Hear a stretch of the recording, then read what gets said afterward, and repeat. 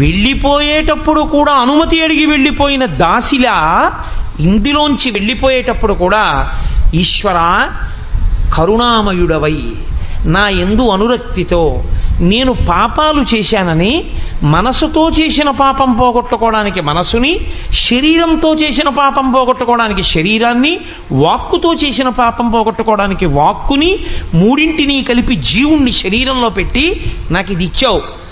నా చేతనైనంత వరకు జాగ్రత్తగా ఉన్నాను, నీ ప్రీతి పొందాను అనుకుంటున్నాను. ఒకవేళ నేను తెలిసో తెలియకో అక్కడక్కడ శాస్త్రాన్ని ఉల్లంఘించి దీనితో అపరాధములు చేసి ఉంటే తండ్రి క్షమించు, వచ్చేస్తున్నాను, నీ పాదపంజరంలోకి వచ్చేస్తున్నానని పరమభక్తితో దీన్ని విడిచిపెట్టాడు అనుకోండి, ఈశ్వరుడు వాణ్ణి తనలోకి కలిపేసుకుంటాడు, శుక్లచింత కింద మారిపోయాడు. అథవా ధన్యచింత కింద ఉన్నాడు, లేదా మహోత్కృష్టమైన జన్మొస్తుంది. అందుకే అక్కడక్కడ మీకేమవుతుందో తెలుసా అండి, శుక్లచింత ఘనీభవించిన నాడు గురువుగారి ప్రమేయం కూడా లేకుండా తనంత తానా జన్మలో జ్ఞానం వస్తుంది. కానీ కోట్ల కోట్ల కోట్ల కోట్ల మందిలో ఒక్కడే ఆ మినహాయింపు, ఆయన ఆదర్శము మాత్రము కాడు. తాను శిష్యుడు కానివాడు లోకానికి ఎలా గురుత్వాన్ని నేర్పుతాడు? ఎక్కడో ఉంటారు కోట్ల కోట్ల మందిలో ఒక్కడుంటాడు గురువు అవసరం లేకుండా తరించినవాడు. కానీ ఆయన మీకు ఆదర్శము కాలేడు. ఎందుకంటే మీరు ఆ స్థాయిని పొందినవారు కారు. మీరు ఆ స్థాయిని పొందినవారైతే మీరు అలాగే ఉండి ఉండేవారు కాదు. కాబట్టి మీరు గురువుని ఆశ్రయించవలసిందే తప్ప మీరు గురువుని ఆశ్రయించనంటే కుదరదు. గురువుని ఆశ్రయించి, శాస్త్రమును ఆశ్రయించి, మనసుని పరిపుష్టం చేసుకుని దాని వలన మంచి దేహమును పొంది ఉత్తర జన్మలలో ఆ శరీరంతో జాగ్రత్తగా పాపముల నుండి వినిర్ముక్తుడై మళ్ళీ ఈశ్వరుణ్ణి చేరుకునే ప్రయత్నం చెయ్యాలి. 12 నెలలు చదివాడండి పిల్లాడు. 12 నెలలు కాదు, 24 నెలలు చదివాడు. 24 నెలలు అంటే 36 నెలలు చదివాడు. 10th క్లాస్ దేనికి బాగా చదువుతారు? 10th క్లాస్లో 96% వస్తే ఇంటర్మీడియట్ స్టార్ బ్యాచ్లో వేస్తారని. 10th క్లాస్ అంతా బాగా చదువుకుంటే ఇంటర్మీడియట్ స్టార్ బ్యాచ్లో వేశారు. మంచి పెద్ద పెద్ద లెక్చరర్లు చదివే క్లాసులో కూర్చున్నాడు. 24 నెలల పాటు క్రికెట్ మ్యాచ్ కూడా చూడకుండా అదే పనిగా స్టాప్ వాచ్ పెట్టుకుని 90 నిమిషాల్లో 180 బిట్లు కరెక్ట్గా చేయడం దృష్టి కేంద్రీకరించి చేశాడు. ఇప్పుడు ఎంసెట్ పరీక్షకు వెళ్ళాడు. నువ్వు అంతకుముందు 36 నెలలు ఎంత సాధన చేశావన్నది ఇప్పుడు నువ్వు ఈ 3 గంటలో 2 గంటలో ప్రభుత్వం అనుమతించిన సమయంలో నీ దృష్టిని ఎంత పెడతావన్న దాని మీదే నీ జీవిత సుఖశాంతులు. ఎంత బాగా చదివినా 2 గంటలు నీకు పక్క నుంచి వస్తున్నటువంటి లౌడ్ స్పీకర్లో పాటల మీద దృష్టి ఉండిపోయింది. క్యాంపస్ సెలక్షన్లో ఉద్యోగం వచ్చేటటువంటి ఇంజనీరింగ్ కాలేజీలో నీకు సీట్ రాదు. నువ్వు ఒక సామాన్యమైన ఇంజనీరింగ్ కాలేజీలో చదువుకుని బయటికి వచ్చి పట్టా చేత్తో పట్టుకుని ప్రతి ఆఫీస్ ముందుకి వెళ్ళి ఉద్యోగం అడిగి చిట్ట చివరికి ఉద్యోగం రాకపోతే జెరాక్స్ సెంటర్లో 1000 రూపాయలకి బీటెక్ పట్టాతో నువ్వు ఉద్యోగం చేయవలసి ఉంటుంది. ఆ 3 గంటలు నువ్వు వినియోగించలేదు.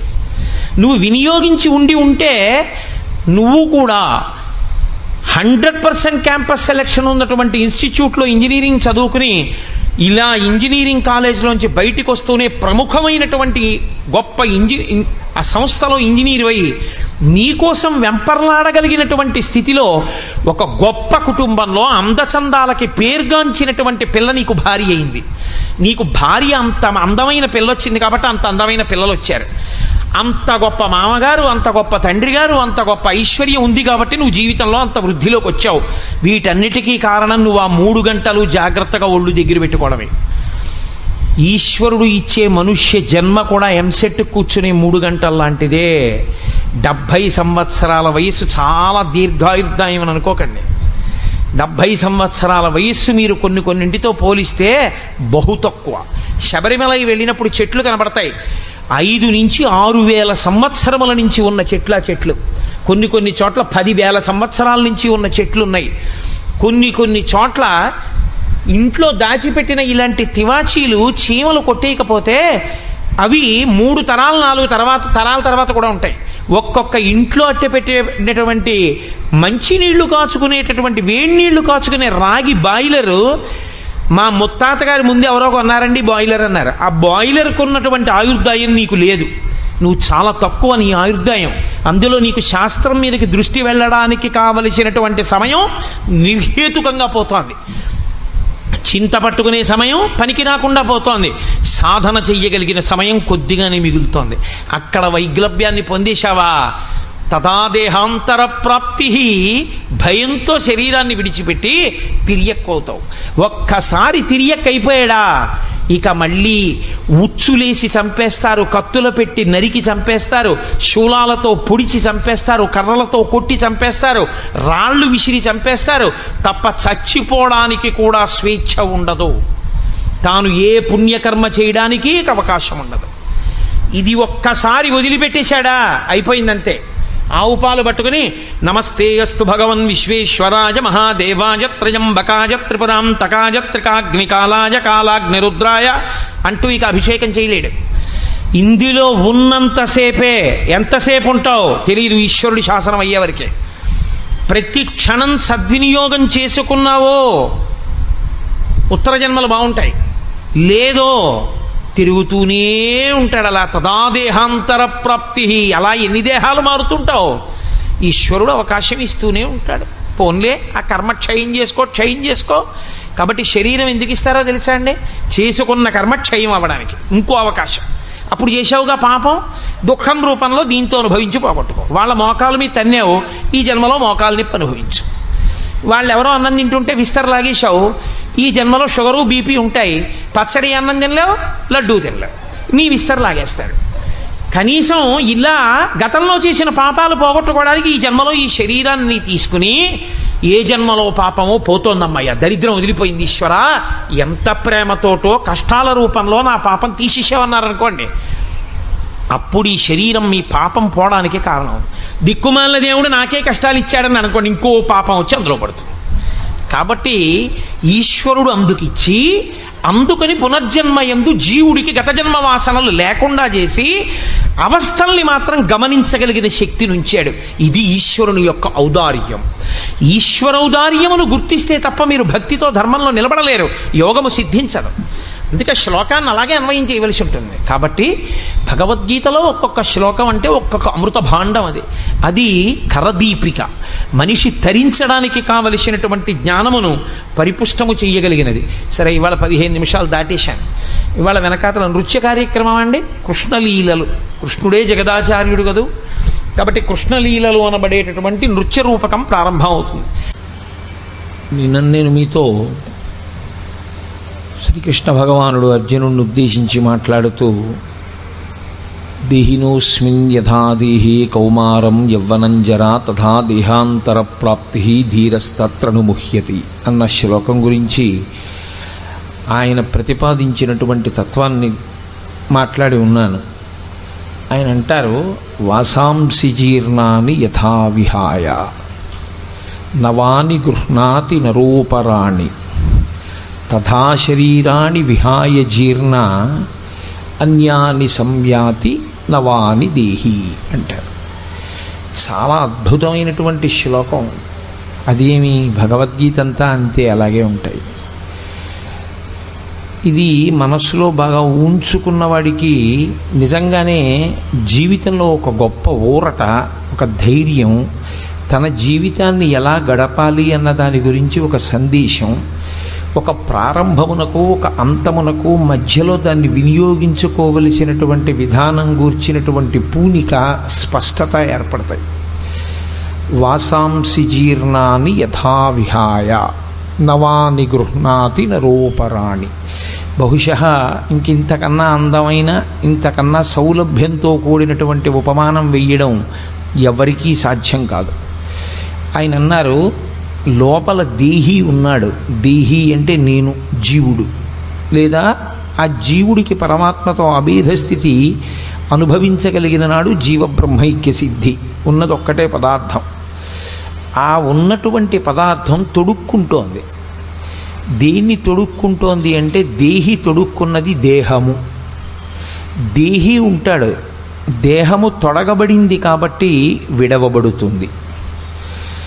వాసాంసి జీర్ణాని యథా విహాయ నవాని గృహ్ణాతి నరోపరాణి. నరుడు తీసుకుంటున్నాడు.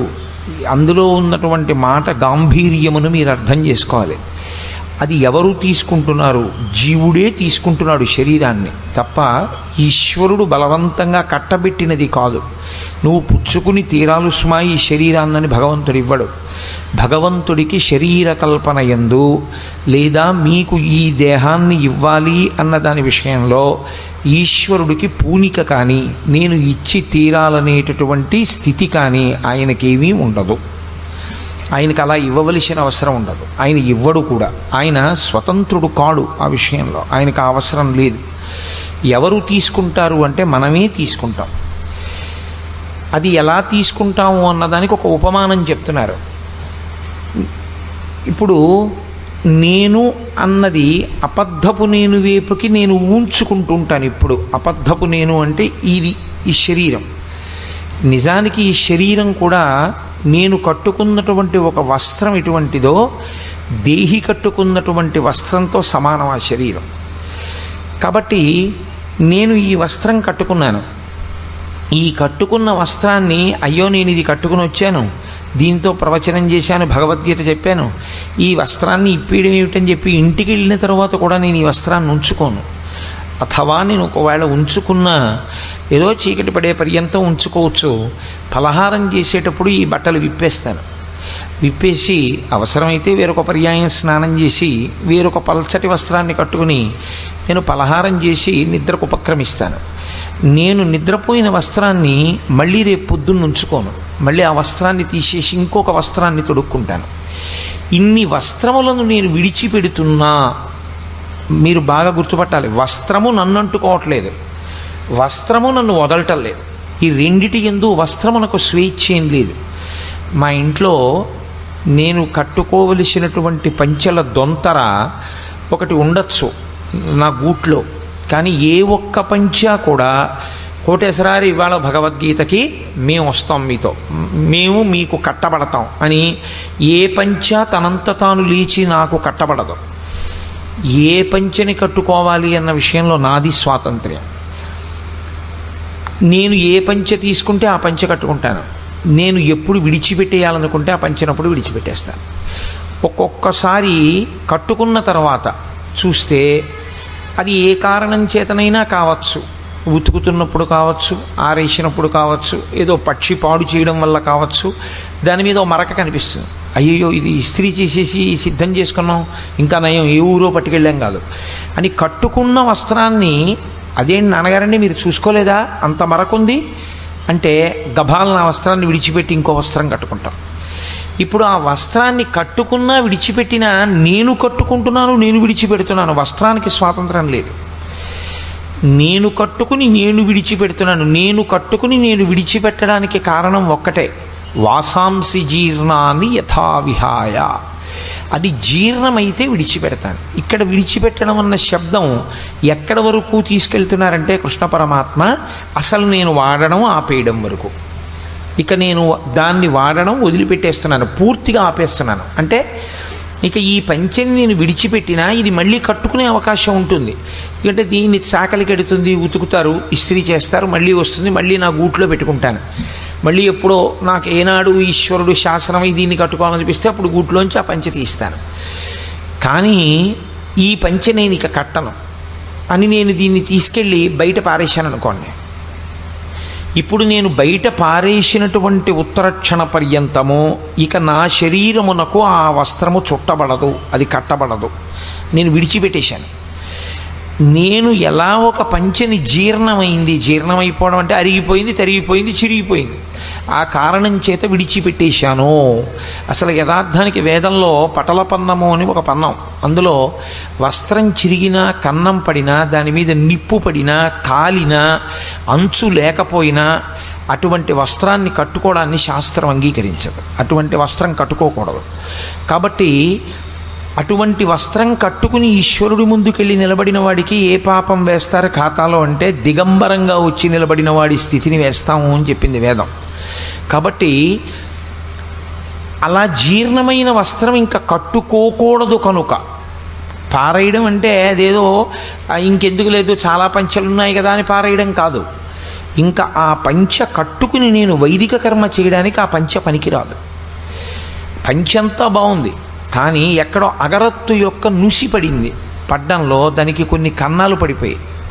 దానికి కొన్ని కన్నాలు పడినా కూడా నేను ఆ వస్త్రాన్ని విడిచిపెట్టవలసి ఉంటుంది. ఇంకెవరైనా నా దగ్గర పుచ్చుకుని పోని కొంతవరకు ఏదో గురువుగారు కట్టుకున్నారని నా శిష్య సమానుడైన వాడు కొంత కట్టుకుంటే కట్టుకోవచ్చేమో, ఆయనకి అది నూతన వస్త్రం కావచ్చు. కానీ నా వరకు నాకు మాత్రం అది వైదిక కర్మక పనికిరాదు, కాబట్టి విడిచిపెట్టేస్తాను. నేను ఎప్పుడది ఇంకా నాకు పనికిరాదని నిర్ణయం చేసుకున్నానో అప్పుడు నేను ఆ వస్త్రాన్ని విడిచిపెట్టేసినట్లుగా వాసాంసి జీర్ణాని యథా విహాయ నవాని గృహ్ణాతి నరూపరాణి. ఆ వస్త్రాన్ని విడిచిపెట్టేశాను అన్నప్పుడే వెంటనే ఇంకొక మాట ఉంటుంది. ఇంకొక వస్త్రం లేకుండా ఆ వస్త్రాన్ని విడిచిపెట్టేయడం ఉండదు లోకంలో. ఎందుకంటే అసలు వస్త్రం ఒంటి మీద ఆచ్ఛాదన లేకుండా ఒక్క క్షణం కూడా ఎవ్వరూ ఉండకూడదు. అది వేదం అంగీకరించదు. స్నానం చేసేటప్పుడు కూడా ఒంటి మీద స్నానశాటి ఉండవలసిందే. స్నానశాటి కట్టుకుని స్నానం చేయాలి. కానీ అసలు ఒంటి మీద నూలుపోగు లేకుండా ఉండడం అనేటటువంటి దాన్ని ఒకే ఒక్క సమయమునందు అంగీకరిస్తారు. ఏ శరీరంతో వచ్చాడో ఆ శరీరము మళ్ళీ ఈ లోకం నుంచి మహాభినిష్క్రమణమును పొందుతున్నప్పుడు దాని మీద ఇంక ఏ విధమైన ఆచ్ఛాదనలు ఉంచరు. యజ్ఞోపవీతంతో సహా అన్నీ తీసేయవలసిందే. అన్నీ తీసేసి శరీరాన్ని ఒక్కదాన్నే కట్టెల మీద పడుకోబెడతారు తప్ప ఏ కారణము చేత అసలు శరీరము మీద నూలుపోగు లేకుండా ఒక్కడూ దిగంబరుడై కనపడకూడదు. అందుకే పెళ్లిలో స్నాతకం చేసేటప్పుడు గురువుగారు చెప్తారు, ఎన్నడూ ఒంటి మీద బట్ట లేకుండా నేను కనపడను అని వాగ్దానం తీసుకుంటారు. మృత్యువుతో సమానం, అమంగళం కాబట్టి నేను వస్త్రాన్ని వదిలిపెట్టాను అంటే గుర్తు ఏమిటంటే ఇంకొక వస్త్రం ఉన్నది అని గుర్తు కట్టుకోవడానికి. ఇది విడిచిపెట్టిన ఉత్తర క్షణంలో నేను ఆ వస్త్రాన్ని కట్టేసుకుంటాను. ఈ వస్త్రాన్ని విడిచిపెట్టడానికి ఆ వస్త్రాన్ని కట్టుకోవడానికి మధ్యలో ఉండేటటువంటి వ్యవధి బహు తక్కువ ఉంటుంది, చాలా తక్కువ ఉంటుంది తప్ప అసలు నేను వస్త్రం లేకుండా ఉండడం అన్నది ఇక ఈ శరీరాన్ని వదిలిపెట్టేస్తున్నప్పుడే ఉంటుంది. పూర్తిగా శరీరం ఈ ప్రపంచంలోంచి వెళ్ళిపోతున్నప్పుడు కొద్దిసేపు ఉంటుంది అలా. కాబట్టి నేను ఒక వస్త్రాన్ని జీర్ణమైపోయిందని వదిలిపెట్టి ఇంకొక వస్త్రాన్ని తీసుకోవడంలో వస్త్రము యొక్క ప్రమేయము ఎంత మాత్రమూ లేదు.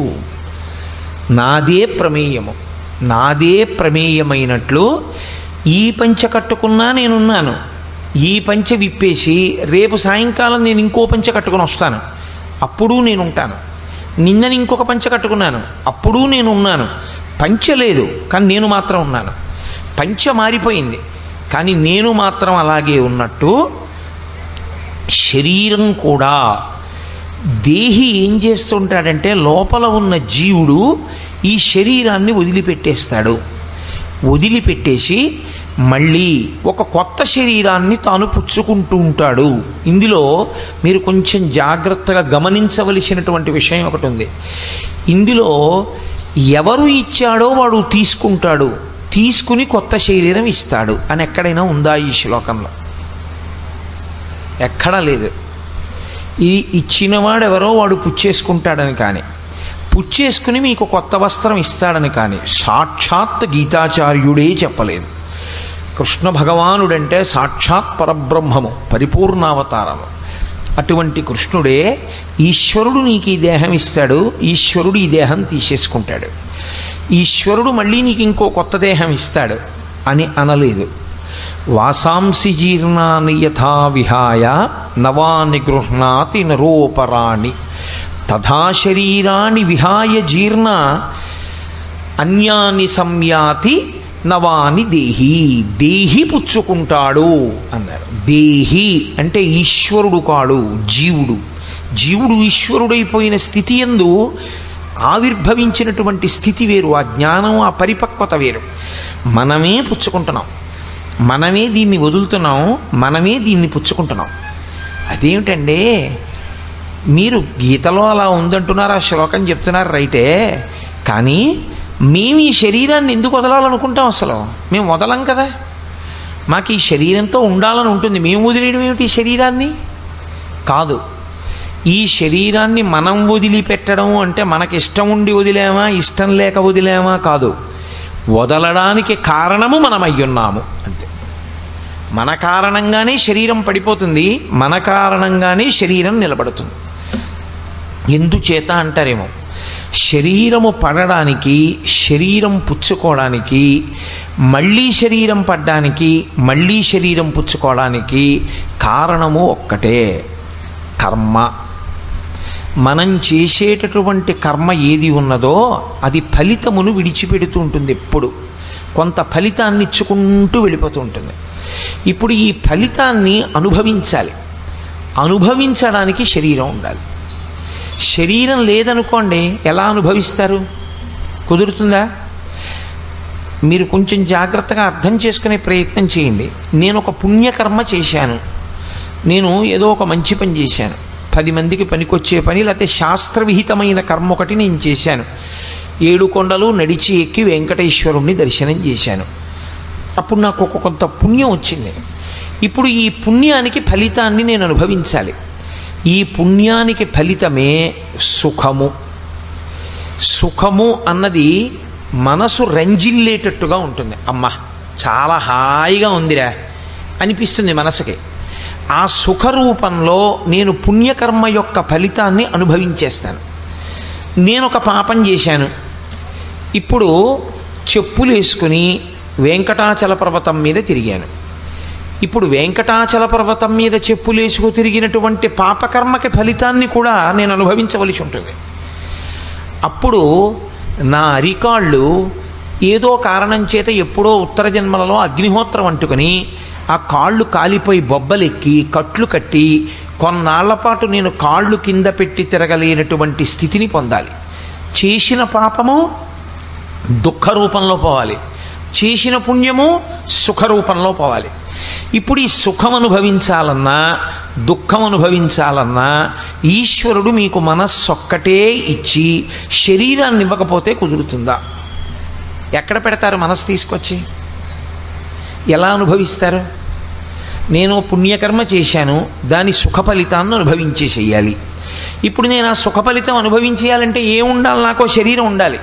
మీ అందరూ కింద కూర్చుంటే నేను ఒక్కడిని కూర్చోవడానికి ఇంత పెద్ద వేదిక, నేను ఒక్కడిని కూర్చుంటే నాకు ఇన్ని పూలదండలు, నేను ఒక్కడిని కూర్చుంటే మీ అందరూ నిశ్శబ్దంగా ఉన్నారు, నేను ఒక్కడిని మాట్లాడితే నా మాట వినపడుతుందో వినపడదో సరిగా అందరికీ ఒక మైకు. ఇవి సభాపూజ్యత అంటారు. అంటే ఇంతమందికి చెప్పగలిగినటువంటి పెద్దరికాన్ని పొందుట. ఈ పెద్దరికం నాకు ఎందుకు వచ్చింది అంటే, గత జన్మలలో ఎవరికో ఏవో కొన్ని పుస్తకాలు నేను ఇచ్చున్నాను, ఎవరికో నాకు తెలుసున్నటువంటి 4 మంచి మాటలు కూర్చోపెట్టి వాళ్ళకి పనికి రావాలి అని చెప్పున్నాను. నేను చేసిన పుణ్యకర్మ ఏదో ఉంది. ఇప్పుడు ఆ పుణ్యకర్మ చేత నేను సభాపూజ్యత అనబడేటటువంటి గౌరవాన్ని పొందేయాలి. అది పొందేశాను అనుకోండి, అక్కడతో నేను చేసిన పుణ్యం పోతుంది, అయిపోయింది. కాబట్టి ఇప్పుడు కొంత పుణ్యం అయిపోయింది. ఒక్క పుణ్యమే చేశామనుకోండి, ఈ శరీరం ఇవ్వరు. చాలా జాగ్రత్తగా మీరు పట్టుకోవాల్సి ఉంటుంది ఇప్పుడు నేను చెప్పే విషయాన్ని. మీరు కేవల పుణ్యమే చేసి ఉన్నారనుకోండి, ఎవరు చేసేది శరీరం కాదు, కేవల పుణ్యం చేసేది లోపల ఉన్న జీవుడు. ఆయన ఎలా చెప్తే అలా చేస్తుంది ఈ శరీరం. జీవుడు కేవలం పుణ్యమే, అసలు పాపస్పర్శ లేదనుకోండి, అప్పుడు కేవలం భోగం అనుభవిస్తే చాలు. కాబట్టి అసలు ఆకలి దప్పిక లేకుండా అమృతం తాగి నిత్యము భోగం అనుభవిస్తూ సంతోషంగా ఉండడానికి ఊర్ధ్వలోకాల్లో దేవతలుగా పుట్టిస్తారు. నేను పాపము చేశాను, పుణ్యము చేశాను. ఇప్పుడు పాపపుణ్యములు రెండూ అనుభవించాలి. ఈ శరీరాన్ని ఇస్తారు, మనుష్య శరీరాన్ని ఇస్తారు. ఇది ఏమవుతూ ఉంటుందంటే ఆయుర్దాయ రూపంలో కాలమునందు కొంతకాలము నిలబడుతుంది. ఎంతకాలము నిలబడాలి అన్నది ఈశ్వరుడు ఊపిరిల రూపంలో నిర్ణయం చేస్తాడు. ఆ ఊపిరిల రూపంలో ఆయుర్దాయాన్ని లెక్క పెడతాడు. ఇన్ని ఊపిర్లు తీయడానికి నీకు నేను అధికారం ఇస్తున్నాను అని చెప్పి జీవుణ్ణి శరీరం ఇచ్చి పంపిస్తాడు. నీ చేసుకున్న కర్మ ఫలితంగానే పుణ్యము ఉంది, పాపం ఉంది, రెండూ అనుభవించాలి. ఇప్పుడు ఈ శరీరం ఇచ్చాడు. దీంట్లో ఇదిగో ఈ కాలంలో ఫలానా సమయం నుంచి ఫలానా సమయం వరకు, నిజానికి ఆయన ఏమి date of birth date of death ఆయన ఏం చెప్పడం, నీవు మొదటి ఊపిరి నుండి నీ చిట్ట చివరి ఊపిరి ఇన్నో ఊపిరి వరకు నువ్వుండు. దానికే చిత్రగుప్తుడు అని పేరు.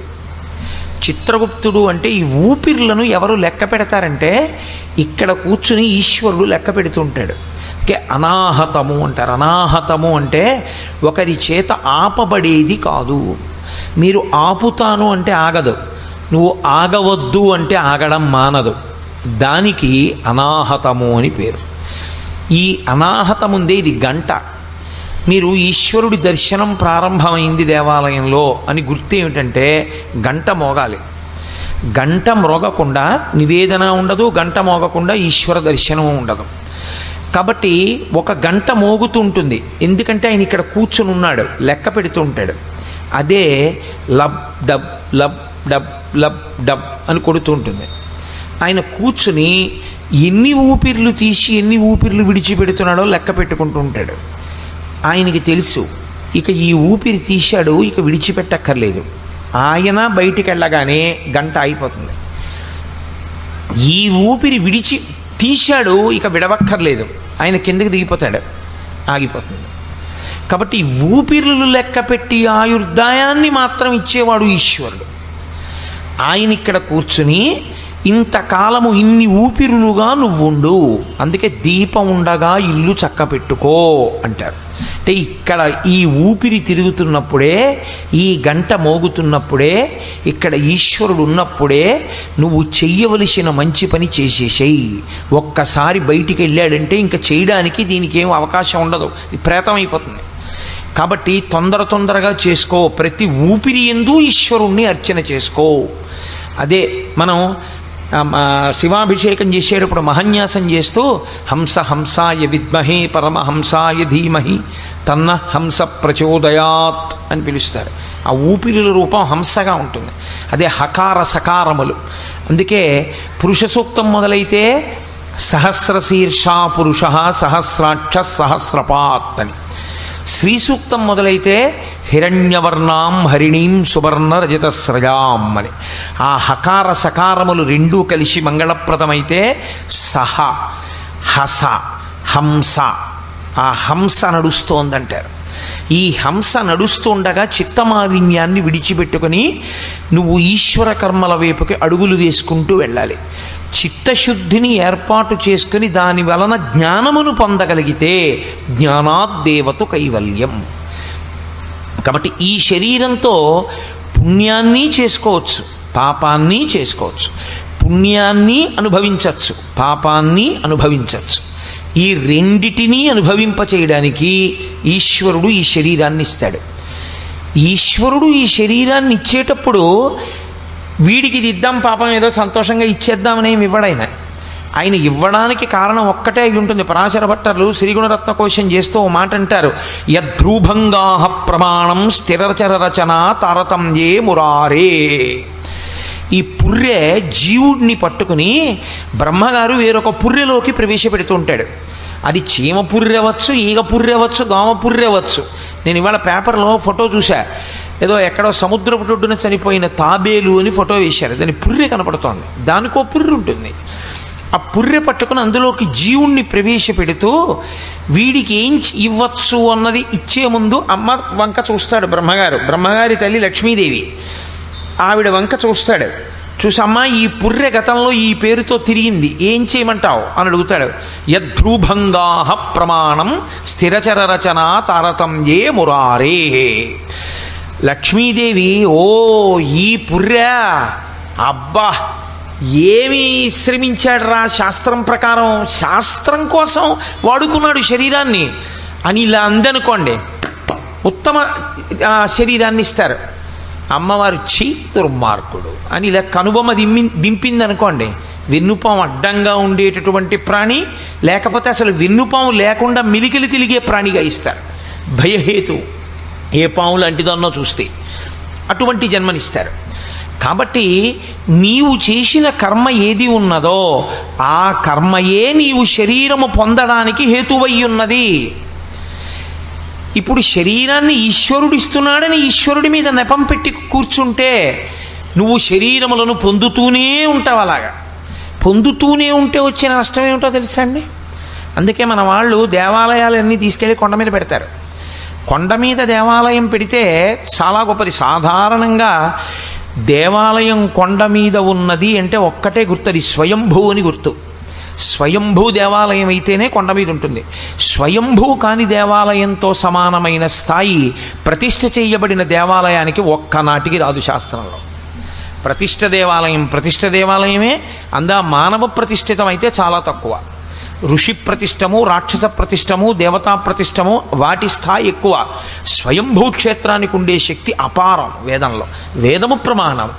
నేను ఇక్కడ కూర్చున్నది వేద ప్రమాణం గురించి మాట్లాడడానికి తప్ప నాకు తోచింది మాట్లాడడం నా చేత కాదు, నేను అలా మాట్లాడలేను.